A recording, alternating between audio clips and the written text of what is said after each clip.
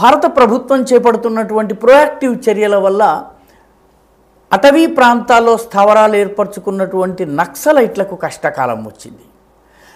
ముఖ్యంగా ఆపరేషన్ కగార్ పేరిట అటవీ ప్రాంతాల్లో స్థావరాలు ఏర్పరచుకున్న వాళ్ళని లొంగిపోయేలా చేయటము, లేకపోతే వాళ్ళను ఎన్కౌంటర్ చేయటము, వాళ్ళ స్థావరాలపైన రైడ్స్ చేయటము చాలా పెద్ద ఎత్తున జరుగుతున్నాయి.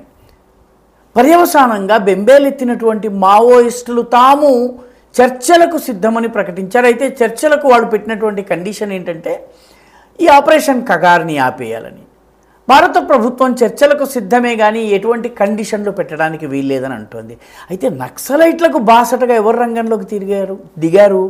స్వచ్ఛంద సంస్థల పేరిట, మానవ హక్కుల పేరిట, సివిల్ సొసైటీ పేరిట, ప్రజా సంఘాల పేరిట ఉన్నటువంటి 150 మంది మావోయిస్టులకు మద్దతుగా రంగంలోకి దిగి బేషరతుగా భారత ప్రభుత్వం నక్సలైట్లు పెట్టిన షరతులన్నీ అంగీకరించి మరీ చర్చలకి రావాలని పిలుపునిచ్చారు.